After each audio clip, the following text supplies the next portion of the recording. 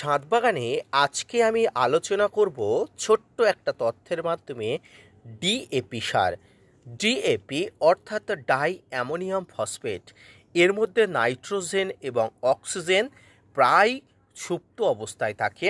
আর এই সুপ্ত অবস্থায় সারকে জাগ্রত করার জন্য আপনাকে কয়েকটি পদ্ধতির মাধ্যমে কিন্তু প্রয়োগ করতে হবে।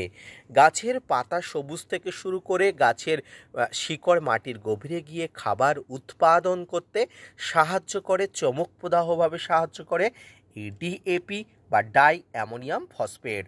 এই সময় থেকে শুরু করে আপনারা সারা বছর এই ডিএপি বা ডাই অ্যামোনিয়াম ফসফেট কিন্তু প্রয়োগ করতে পারেন।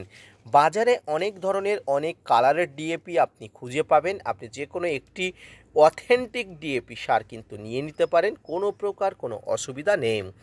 তাই যারা ভাবছেন এই ডিএপি সার কীভাবে প্রয়োগ করবেন তাদের উদ্দেশ্যে বলি, এই ডিএপি সারের মধ্যে যে নাইট্রোজেন এবং ফসফরাস থাকে এগুলোকে সুপ্ত অবস্থায় থাকে, এগুলোকে জাগ্রত করার জন্য আপনারা একটু জলের মধ্যে গুলে সেই জলটি যদি গাছে প্রয়োগ করেন এগুলো জাগ্রত হয়ে যাবে, সেই অবস্থায় কিন্তু গাছ ভালো কাজ করবে।